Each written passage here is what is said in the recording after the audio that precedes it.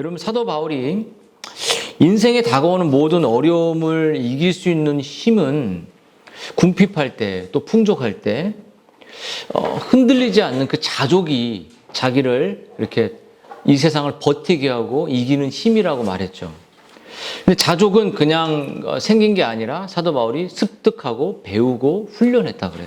그래서 이 자족은 뭐냐면 잠깐 다룰 거지만 소극적인 면은 자신의 삶에 주어지는 모든 아픔, 시련들에게 있을 때 불평하지 않는 거. 저도 막 시련이 닥치면 벌써부터 원망할 준비가 되어 있는 사람 같은데 이렇게 불평하지 않는 그런 모습이 소극적인 측면이라고 말했어요. 빌립보 감옥에 갇혀 있을 때도 사도 바울은 정말 충성을 다해서 서신을 쓰고 감사했죠. 근데 또 자족하는 이 마음이란 어떤 거냐면 단순히 불평하지 않는 그 마음을 넘어서 하나님의 선하심과 하나님의 주권을 믿고, 희연 자매가 이제 그 조그만 기도문을 썼던 것처럼 정말 내 뜻이 아닌 하나님의 뜻에, 하나님의 주권에 맡기는 거죠. 그때 이제 마음에 내가 하려고 하면 어려움이 생기지만 하나님이 하려고 할 때 하나님께 나를 맡기는 거죠. 내 가족으로 인생을. 여러분, 그래서 자족이라는 건 뭐냐면 절대 주권을 믿는 건데 그것은 먹고 사는 문제부터 맡기는 거예요. 자녀들 맡기고 내 인생을 맡기는 거죠.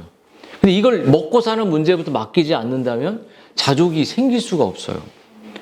그래서 자족에 대한 적극적인 면이, 소극적인 면은 단순히 그런 면이라면 적극적인 면은 그리스도 안에서 진짜 만족을 누리는 삶입니다. 그 만족을 누리기 때문에 그 만족이 흘러가게 돼 있어요.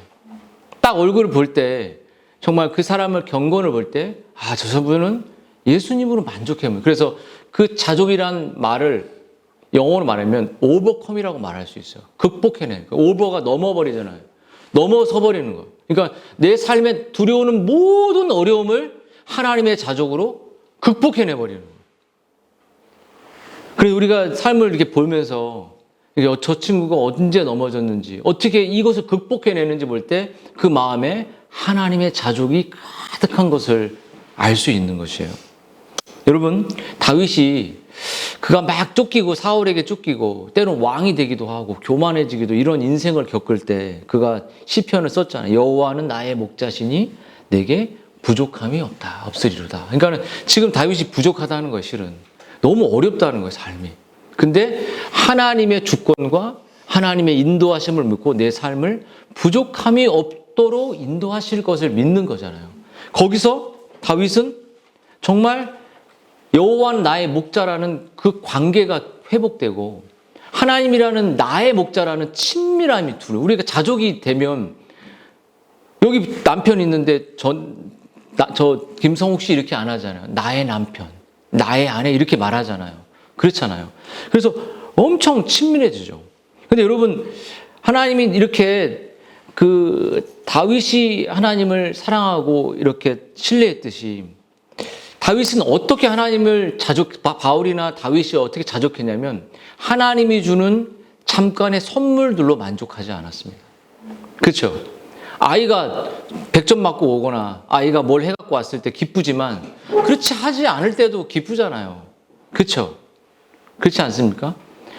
만약에 김성욱 집사님이 돈을 많이 벌어올 때지만 돈을 못 벌어왔어. 그래도 너무 사랑하시죠? 이렇게 웃었습니다. 이렇게.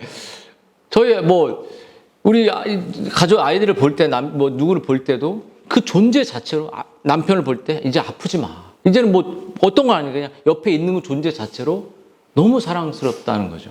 그럼 우리가 말했듯 다윗이나 바울이 갖고 있는 자족은 하나님이 주는 선물에 하나님을 대처하지 않았어요. 하나님 존재 자체가, 하나님 그리스도 자체가, 남편 자체가, 아이 자체가 저 아이가 아프고 공부를 못하고 다른 애들보다 잘하겠지만 어떤 부분이 결과물이 없어도 그냥 사랑하는 거예요. 불구덩이에 들어간 다니엘의 세 친구도 그 존재 자체로 하나님이 존재 자체로 만족하니까 그리 아니하여도 나는 한다는 거잖아요. 그렇죠. 다 두라평지에 우상을 세워놓고 다 죽이려는 모략에 그냥 기도하잖아요. 기도의 한순간이 하나님의 존재 체험이 자기의 목숨보다 소중함을 다 알았던 사람들이죠. 그 자족은 그래서 뛰어넘는 거죠. 훈련되는 겁니다. 이런 자족이 우리 안에 있을 때 별로 다른 거에 만족을 느끼지 않고 이겨낼 수 있죠. 근데 여러분, 이 사도 바울이 내가 그렇게 궁핍파 또 풍부에 자족할 수 있는데 그것을 넘어서는 힘을 하나님이 준다는 거예요. 이것으로 끝나는 게 아니라 능력을 주신다는 거예요. 내가 이 삶에서 이겨낼 수 있어, 극복할 수, 이 정도가 아니라 그 어떠한 형편이든지 내가 한 마음을, 만족한 마음을 갖지만 그걸로 충분하지 않다는 거예요. 극복해내버리는, 이겨내는 이 힘. 우리 친구들에게 오버컴 해야 돼. 오버컴 뭔지 알지, 가온아? 무슨 뜻이야? 오버컴 단어. 극복하다. 내 아픔을 이겨내버리는 거다. 이겨내. 그래서 우리에게 능력을 주시는 분이 누구냐? 그리스도의 능력을 자기가 경험했다는 거예요, 사도 바울이. 모든 환경을 오버컴 할 수 있는, 극복할 수 있는 능력을 주셨다는데 그 능력을 누가 주시죠, 오늘? 바로 예수님이 주신다는 거예요. 하나님이 주신다는 거예요. 여러분, 그 능력을 주시는 그분은 바로 주 예수 그리스도입니다. 이 땅에 오신 하나님의 아들이죠. 그리고 그 능력을 주시는 그분은 자기를 믿는 자들을 대신해서 완전한 율법에 순종을 이루신 능동순종이든 수동순종이든 그 하나님의 율법을 다 완성해서 우리의 것이 되게 하신 바로 예수 그리스도라는 거예요. 또 그 우리에게 능력을 주신 그분은 자기를 믿는 자들을 대신해 심판과 정죄를 당하시고 십자가에 죽으신 우리의 구주라는 것이에요. 여러분, 그 능력을 주시는 그분은 자기를 믿는 자들을 대신해 무덤에 내려가시고 사흘 만에 부활하신, 사망을 이기신 바로 그리스도라는 겁니다.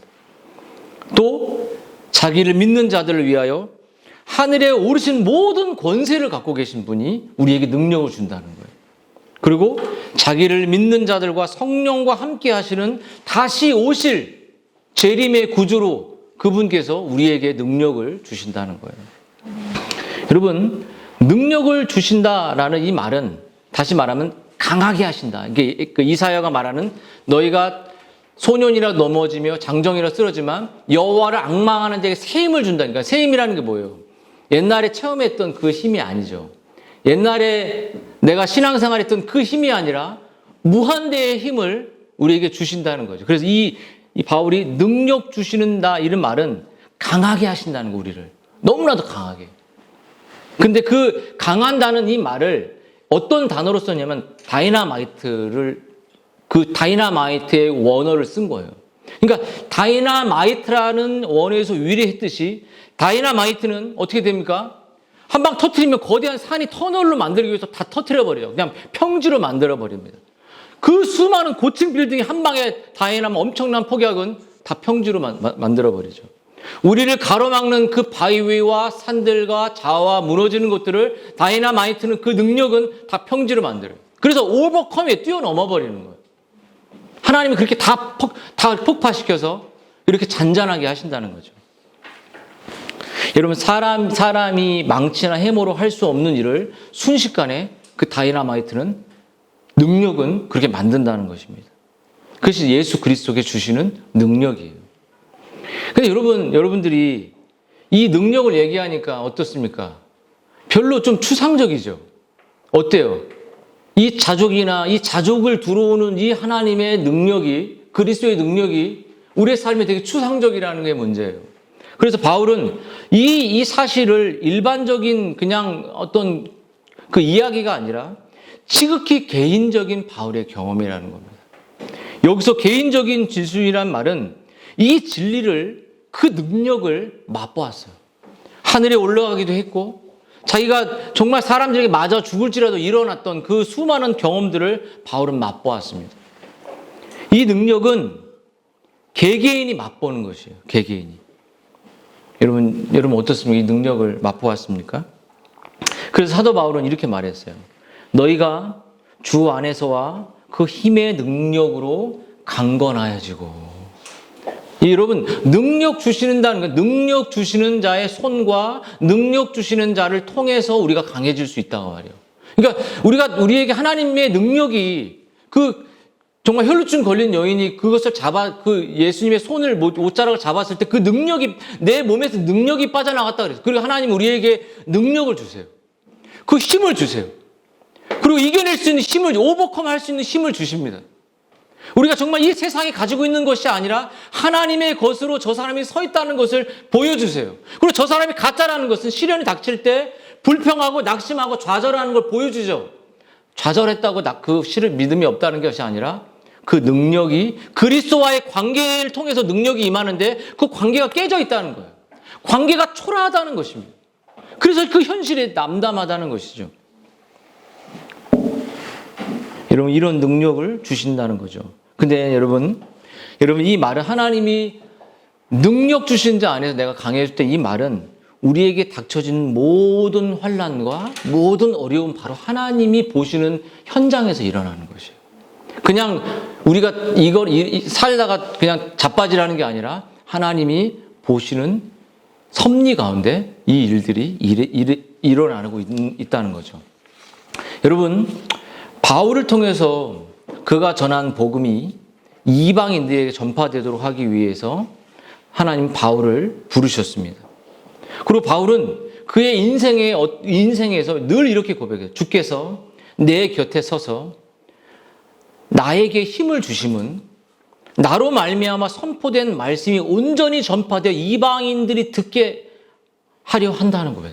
그러니까 주님이 내게 힘을 주시는 이유는, 내게 능력을 주시는 이유는 하나님을 믿지 않는 그 영혼들에게, 로마의 자신의 유대인들이 아닌 이방인들에게 복음이 전해지기 위해서 하나님 나에게 힘을 주셨다고 말해요. 힘을 주셨다고. 그리고 사도 바울이 뭐래요? 이제 내가 그리스도의 십자가에 못 박혔고 내가 사는 것이 아니라 누가 사나? 내 안에 그리스도가 산다. 내 안에 그리스도께서 계속 힘을 공급해 주신다는 거예요. 그리스도께서 내 안에 나와 함께 있다는 것이에요. 여러분, 그것을 여러분 체험하고 있나요? 그래서 사도 바울은 오늘 뭐라고 말하죠? 보면 14절에 이제 13절에 내게 능력 주신 자. 그러니까 하나님이 다른 사람에게 준 게 아니라 나에게 주신다는, 나에게. 여러분, 사도 바울이 이렇게 말해요. 내가 내 삶에 의뢰할 자를 내가 알고. 그러니까 하나님을 사도 바울은 안다는 것이죠. 여러분, 우리에게 능력을 주시는 하나님과 여러분의 관계는 어떻습니까? 그냥 설교 들을 때만 그냥 능력이 그런 거만 왜 여러분에게 능력을 주신다고 생각합니까? 여러분의 삶에 하나님께서 여러분에게 다윗이 나의 목자라면 왜 능력을 우리에게 주시냐는 거죠. 여러분, 그리스도께서 여러분의 곁에서, 사도 바울의 곁에서 우리의 인생에게 곁에서 능력으로 강하게 하시는 이유는 뭐냐면 가만히 앉아서 기다리라는 그런 뜻이 아닙니다. 능력을 받아라 막 이렇게 막 능력을 막. 오늘도 계시가 완성됐잖아요. 뭐 능력이 뭐 어디 있나요? 무슨 막 이렇게 하면 막 자빠지는 그 능력. 한번 저도 목회가 안 되면 확 자빠져 버리면 엄청 모일 거 아니고 여기서 이렇게 해갖고 저 성원교회 다 싹 다 몰려오면은 앉을 자리 없는 그런 능력? 아닙니다. 잘 되겠지만 하고 바라보고 있는 그런 삶이 아니에요. 여러분, 그러면 그리스도의 능력이 굳이 우리에게 왜 필요합니까? 하나님이 다 가만히 있으면 능력을 주고 다 해결해 주는데 우리는 그냥 가만히 있으면 됩니까? 우리에게 능력을 주시는 것은 다시 말하면 맞짱 뜨라는 거예요. 어때? 시온이 봐봐. 가온이 얼굴 맞으면 어떻게 해야 돼? 너도 얼굴 팍 때려야 돼? 아니면 참아야 돼? 어떻게 해야 돼? 우리는 가온이가 맞고 있어요. 여기가 한 멍들었어. 그래서 학기도를 이제 딱 보내게 합니다. 태권도는 내가 3단까지 해봤기 때문에 기술이 별로 없어. 학기도 지금 이제 팔 힘이 엄청 좋아지고 정말. 그래서 내가 친구들과 이제 몸싸움하면 지냐 했더니 이제는 비슷비슷하다는 거예요. 그러니까 힘겨루기를 해서 지면 걔가 우리를 공격하지만 힘겨루기에서 싸우진 않겠지만 힘을 강하게 내가 표출을 하면 못 덤벼요.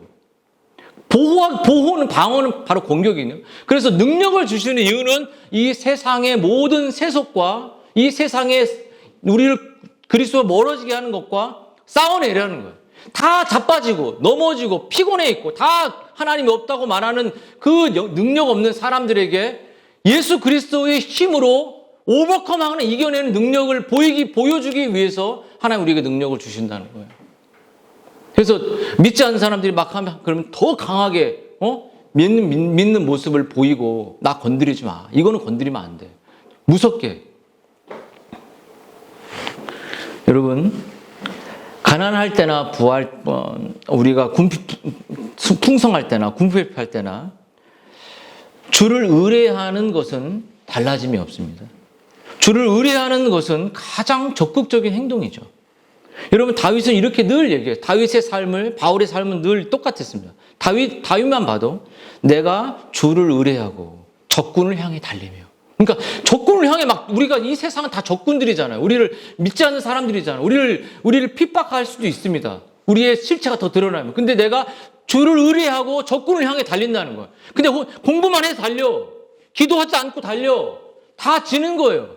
주를 의지해야 돼. 주를 믿어야 돼. 그리고 주를 의지해 달리며 하나님 의지에 담을 뛰어넘어 버려요. 담을 뛰어넘는. 정말 그 믿음이 담을 뛰어넘는 거예요. 여호와를 의뢰하고 선을 행하라. 땅에 머무는 동안 그 성실을 먹을거리로 삼는다. 계속 의지한다는 말은 너무나도 많이 있습니다. 다윗이 의지한다는. 여러분 그러므로 여러분 우리가 이 말씀을 하나님이 내게 능력 주시는 그 이유를 우리가 지금 알게 된 것처럼 우리가 능력을 주셔서 그것을 극복해내고 그 낙심에 있는 사람들에게 우리가 이겨내는 그 삶을 흘려보내는 거죠. 근데 여러분 이 4장 13절에는 많은 오해가 있어요. 가만히 있다 낙심해 있는 사람한테 능력 주시는 모든 걸 할 수 있어. 이거 완전히 간판의 대표 구절 아닙니까? 이거 위에 그 표에 다 할 수 있다. 응? 근데 여러분 빌립보 4장 13절 크게 오해하는 많은 구절들 가운데 하나죠. 욥이 내가 창대하리라. 그 창대가 이제 그런 세상적인 인내를 견디면 창대하겠다 이렇게 욥을 해석하는 것처럼 이 본문을 잘못 인본주의로 해석하는 것처럼 내가 모든 일을 할 수 있느니라라는 긍정적 사고나 이런 그 믿음으로 무리를 걷는 거나 이런 식으로 우리의 삶을 북돋게 해주는 이런 구절 가운데 하나로 오해될 때가 많습니다. 근데 여러분, 모든 일을 할 수 있다는 이 말을 좀 더 정확하게 풀면요. 모든 일에 죄까지 포함되는 건 아닙니다. 하나님이 우리를 모든 일을 할 수 있다. 죄도 지을 수 있다. 죄도 극복할 수 있다. 이런 의미를 말하는 것은 아니죠. 모든 일을 할 수 있다는 이 말은 모든 일은 이적이나 초자연적인 이적도 행할 수 있다. 죽은 자를 일으킬 수 있다. 병을 치료할 수 있다. 이런 모든 것을 말하는 것이 아니에요. 이미 계시는 완성이 되었어요. 그 모든 오를 그렇게 해석하면 안 된다는 것이에요. 그냥 인본주의적으로 할 수 있다 다 이런 거 아닙니다. 여러분 모든 일은 하나님의 뜻 안에 있는 일을 행한다는 의미예요. 하나님의 주권과 섭리와 범주 안에서 우리의 믿음을 통해서 말씀을 통해서 모든 일을 하나님의 영광의 범주 안에서 할 수 있다는 겁니다. 여러분 또 한 가지는 모든 일을 할 수 있다는 이 말은 신자로서 날마다 내게 행해야 할 일들에 대한 책임지지 않아도 된다는 말이 아니에요. 책임을 부정하지 않는다는 거예요. 여러분 칼빈주의는 어떻죠? 100대 100이에요. 우리가 하나님의 영광을 올려드리기 위해서는 열심히 일해야 되고 열심히 노력해야 되고 열심히 하나님 앞에 나아가야 됩니다. 우리의 노력이 필요해요. 우리의 노력이. 근데 결국은 우리가 노력한 그 모든 것도 성령의 은혜로 하는 거지만 나중에 하나님의 은혜라는 걸 알게 되죠. 그러므로 하나님의 모든 능력과 우리의 모든 성실함이 동원되어서 하나님의 영광이 그려지는 거예요. 게을르게 예배의 태도, 물질 생활의 태도, 그 모든 태도도 가만히 있으면 능력 주고 가만히 있으면 그런 게 아니죠. 그래서 우리의 자유로운 의지를 주셨고 그 자유로운 의지가 성령의 역사로 우리가 그것을 행하게 될 때 그 뒤에서 모든 것을 바라볼 때 하나님이 나에게 다 하셨구나 라는 은혜를 깨닫게 되는 것이에요. 여러분 내가 할 일을 내가 다 해야 됩니다. 더 열심히 해야 됩니다. 여러분 또 한 가지 이 모든 것을 할 수 있다는 이 의미는 우리가 죄를 자백하고 죄로부터 돌아서야 할 의무와 책임이 있다는 것이에요. 이것을 배제하고 있다는 것이 아닙니다. 날마다 죄를 회개하고, 날마다 그리스도께로 돌아가고, 날마다 나의 그 더러운 감정이나 의지들이, 죄악들을 회개하는 이 삶을 살아가야 한다는 거죠. 여러분, 모든 것을 할 수 있다. 또 한 가지는, 신자는 지금 그리스도인의 삶을, 거듭난 신자는 살 수 있다는 것입니다. 우리 당하는 모든 일들 속에 신자로서, 그리스도인으로서 너는 이겨내고 극복하고 살아낼 수 있다는 힘의 원천이 여기 있다는 거죠. 그리고 여러분, 모든 일을 할 수 있다라는 그 말은 하나님께서 우리 모든 거듭난 신자에게 그 말씀을 이루신다는 그런 의미를 가지고 있다는 것이에요.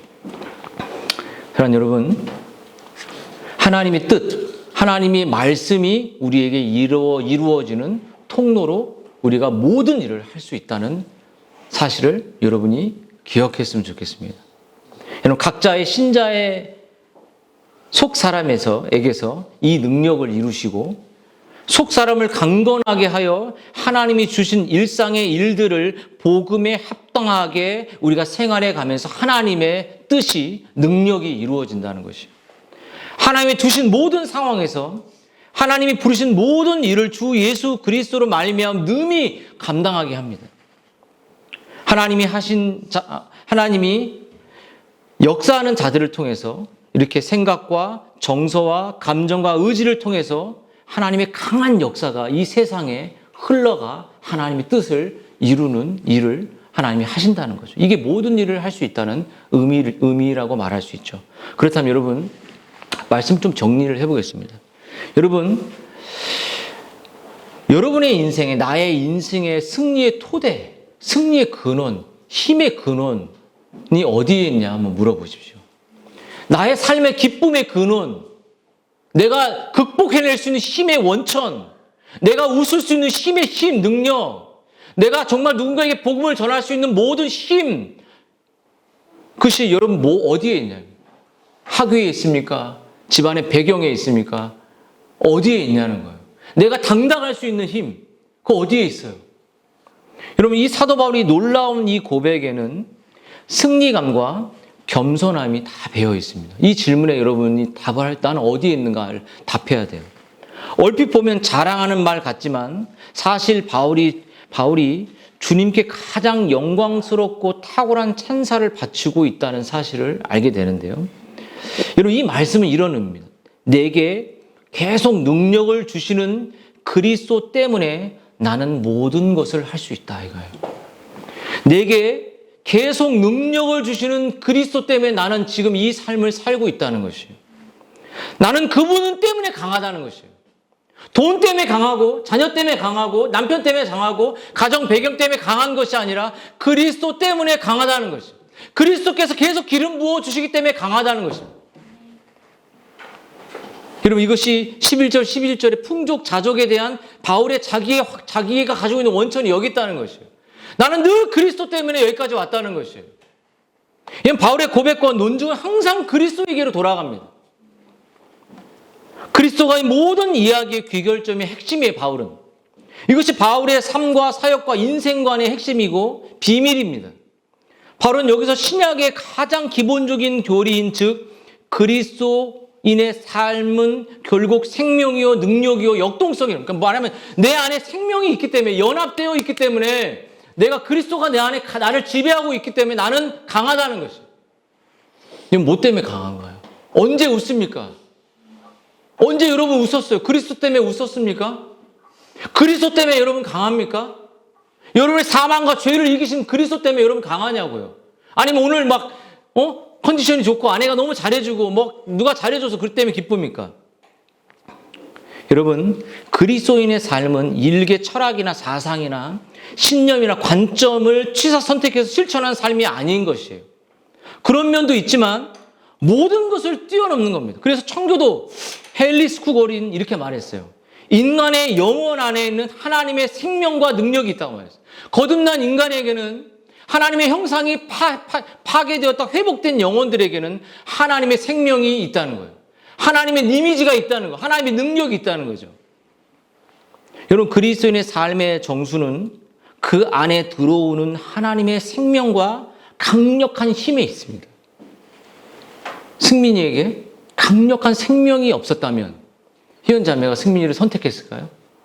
그 생명의 기운이 없었다면 안 택했겠죠. 맞나요? 승민 형제도 희연 자매 안에 있는 그 생명에 하나님의 생명이 있기 때문에 귀하고 보석처럼 받겠죠. 솔직히 여기는 아무것도 없었는데 그 신화 하나만 보고 선택했을 거라고 생각합니다. 정말로. 우리 아내도 그렇죠. 아닌가요? 거짓의 영이 쌓여서 나를 선택해서 후회를 하고 있지만, 여러분, 우리의 가장 숭고하고 고상한 열망이나 의로운 갈망은 여러분 다 하나님으로부터 나오는 겁니다. 가장 순수한 것을 갈망하는 마음은 성령께서 내 안에 생명은 그 가장 최고의 생명인 그리스도를 갈망하게 되어 있죠. 여러분, 하나님이 친히 우리 안에 그런 소망을 불어넣어 주십니다. 바울이 그리스도와 그 부활의 권능과 그 고난의 참여함을 아는 것이야말로 자신의 최고의 소원이요 열망이라고 말했어요. 여러분, 바울이 다른 서신에서도 정말 많이 그런 말을 많이 하죠. 여러분, 그리스도인은 단순히 성경을 읽고 교리 공부를 하고 교회 다니거나 선량하고 좀 더 착한 도덕적인 사람이 아닙니다. 그리스도인은 하나님의 생명이 그 속에 들어온 사람이죠. 하나님의 능력이 그 안에서 일하는 사람입니다. 하나님의 그리스도의 그 부활의 권능이 그 사람을 지배하고 있는 사람이죠. 이것이야말로 우리의 승리의 토대인 거예요. 굳건한 토대죠. 우리가 웃을 수 있고 우리가 일어날 수 있고 우리가 기뻐할 수 있는 그 토대. 그 토대가 연약해진 사람들에게 다시 그 기쁨의 토대를 줄 수 있는 사람들. 여러분, 그리스도인이 된다는 것은 그리스도의 가르침을 믿고 따르는 차원을 넘어서 그리스도와 영적으로 연합됨으로써 그 생명과 능력이 우리 안에서 역사하는. 그러니까 그리스도가 우리의 머리시잖아요. 우리는 그분의 몸을 형성하고 있잖아요. 그러면 그 몸과 그 몸은 그리스도의 몸의 지배를 받고 머리의 지배를 받는 그 능력의 힘을 받는 그 생명의 연합이 우리 안에 넘쳐나는 것이 연합을 교리적으로 설명하는 게 아니라 그리스도의 그 지시와 그리스도의 능력과 그리스도의 그 영광을 위한 삶이 그 몸을 다 휘감아 버리는 거예요. 여러분, 우리가 그리스도 안에 있으며 그리스도는 우리 안에 계시다는 그 뜻. 이게 무슨 말이냐면 우리는 혼자 어려움을 견디고 혼자 슬퍼하고 혼자 쓸쓸한 이 세상의 많은 사람들과 싸우는 게 아니라 우리가 직장의 현장에 가거나 사업장에 갈 때 그리스도가 함께 가시는 거예요. 그리스도가 우리를 도와주시며 우리가 버스를 탈 때든 지하철을 탈 때든 커트를 할 때든 일을 할 때든 상담을 할 때든 다 그리스도가 우리의 몸의 지체이기 때문에 우리는 그리스도가 동행하시고 그리스도가 우리를 지배하신다는 거예요. 맞죠? 그래서 여러분, 근데 그게 혼동될 때가 있어요. 나 혼자 살아가는 것 같고 나 혼자 이 고난을 감당하는 것 같고 나 혼자 갑자기 아무도 도와주지 않는 외딴 섬에 있는 것 같은 외로움이 떨어지는 이유는 무엇이면 혼동이 왔기 때문에. 그리스도와 나의 관계에 혼동이 왔기 때문에. 여러분, 바른 관계란 그리스도의 명령과 그리스도의 사랑과 내가 그리스도와 분리할 수 없는 그 생명의 연합 속에 있다는 사실을 깨닫는 바른 관계에 혼동이 오면 그리스도는 그리스도고 나는 나고 애를 가르치는 건 애를 가르치는 거고 그리스도와 아무 상관없는 그러한 삶을 혼동이 온다는 거예요. 그래서 바울이 내게 능력 주시는 자 안에서 내가 모든 것을 할 수 있다. 이 말 자체의 문제의 핵심이 있다는 거예요. 나와 그리스도의 바른 관계에 정확한 균형이 중요하다. 균형. 첫 번째 혼동은 뭐냐면 나 중심성이 돼버리면 그것은 그리스도와 끊어진 느낌을 갖게 된다는 거예요. 내 중심이 강해져, 내 감정이 강해져, 내 생각이 강해져, 내 판단이 강해지면 이미 그리스도의 능력으로부터 멀어지게 되어 있습니다. 또 한 가지, 두 번째 혼동은 나를 완전히 제거해버리는 거예요. 하나님 다 하세요. 내가 다 주도하는 것과 하나. 두 번째로는 하나님 다 하세요. 능력 주신다며요. 가만히 있으면 되잖아요. 이렇게 하이퍼 칼빈이즘으로 가는 거예요. 하나님 다 하셔야죠. 내게 능력 주신다며요. 그럼 가만히 있는 거야. 능력 주실 때까지. 내가 사라져버려. 내가 하는 건 아무것도 없어. 기도하지도 않고 하나님을 추구하지도 않고 하나님께 간구하지도 않는 내가 사라진 이 두 가지 혼동이 우리에게 생길 때 여러분 우리는 이 세상에서 능력의 삶을 살 수가 없습니다. 죄를 이기는 삶을 살 수 없어요. 나 중심성을 제거하고 하나님의 은혜를 구하고 그리스도의 그 지배를 받기 위해서 계속 말씀에 거하는 내 몸부림과 나아가는 내가 해야 될 일을 하지 않고 하이퍼칼리민처럼 하나님 다 예정해 놨으니까 다 알아서 할 거야. 이렇게 가는 거는 거의 반율법 폐기주의와 같다고 볼 수 있죠. 반율법주의 같이. 여러분, 그리스도인의 삶은 나 스스로 사는 삶, 내 힘만으로 행하는 삶이 아닙니다. 그렇다고 나는 소고되고 사라지고 그리스도가 전부 다 해주는 삶도 아니죠.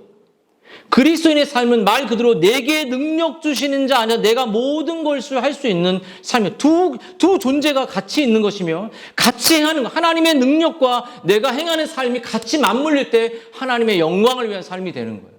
가만히 하나님 능력 주시니까 이렇게 감나무도 이거 아니라는 거예요. 내가 하나님께 나아갈 때 하나님 능력을 주시죠.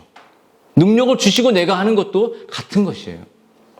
여러분, 그렇다면 우리가 어떻게 주님이 주시는 능력에 접근할 수 있을까요?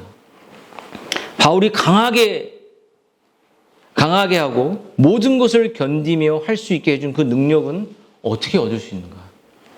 그 답은 능력 그 자체에 직접적인 아닌 간접적으로 접근해야 한다는 이야기를 좀 해주려고 합니다. 여러분, 그리스도의 삶에 나타난 능력의 문제는 육체적인 건강의 문제와 비슷할 수 있어요. 생활의 기본 원리, 우선적인 원칙만 잘 지키면 몸이 건강해지는 것처럼 여러분, 김 집사님이 예를 들어서 정말 엄청난 다이어트를 해내서 다이어트의 목적이 아니라 생명과 건강을 위해서 노력했어요. 엄청나게. 근데 그래서 건강이 회복이 됐죠. 본인이 한 거예요. 근데 그 본인의 건강을 회복시켜 주신 것은 본인의 노력뿐만 넘어서 하나님의 은혜의 역사로 그 모든 수치들이 정상을 이루게 된 거죠. 본인의 노력과 하나님의 은혜죠. 여러분, 바른 그 규칙과 행동의 결과라고 말할 수 있죠. 여러분, 그리스도의 삶에 나타나는 능력도 그렇습니다. 여러분, 바울처럼 능력을 얻는 비결은 성경을 읽으며 그리스도 안에서 우리에게 무엇을 주시는지 찾아나고 바울은 끊임없이 공부하고 배우고 노력한다고 했어요. 여러분, 능력이 아니라 그리스도께 직접 나아가는 것입니다. 그리스도와 함께 시간을 보내고 그리스도에 대해서 묵상하고 그리스도를 알아가려고 말씀을 읽고 기도하고 또 바울이 내가 그리스도를 알고자 하여라고 말만 한 것이 아니라 실제로 행하며 그리스도를 경험하고 알기 위해서 기도했고 그는 3층천에 올라갈 만큼 하나님을 깊이 알았지만 그는 계속적으로 그리스도를 알고 싶다고 말했어요. 그 표대를 잡았지만 잡지 않은 것처럼 말해서 끊임없이 겸손히 나아갔습니다.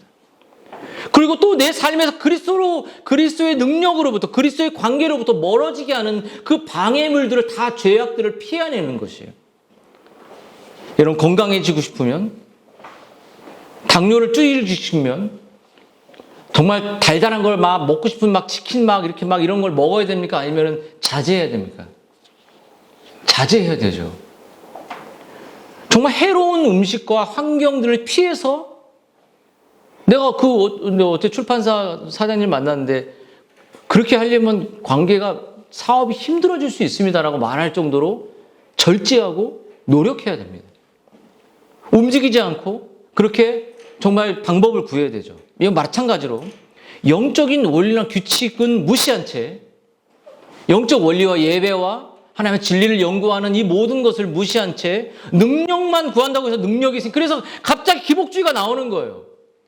그냥 두드리면 살고 여기 안차라면 일어나고 이런 일들이 그냥 진리도 모르면서 이상한 능력을 구하는 신비주의가 되는 것입니다. 여러분, 그리스도인의 삶에 지름길은 없습니다. 바울이 하라는 것은 하고 하지 말라는 것은 하지 않는 것. 그래서 이것들을 생각하라라는 8가지를 말했잖아요.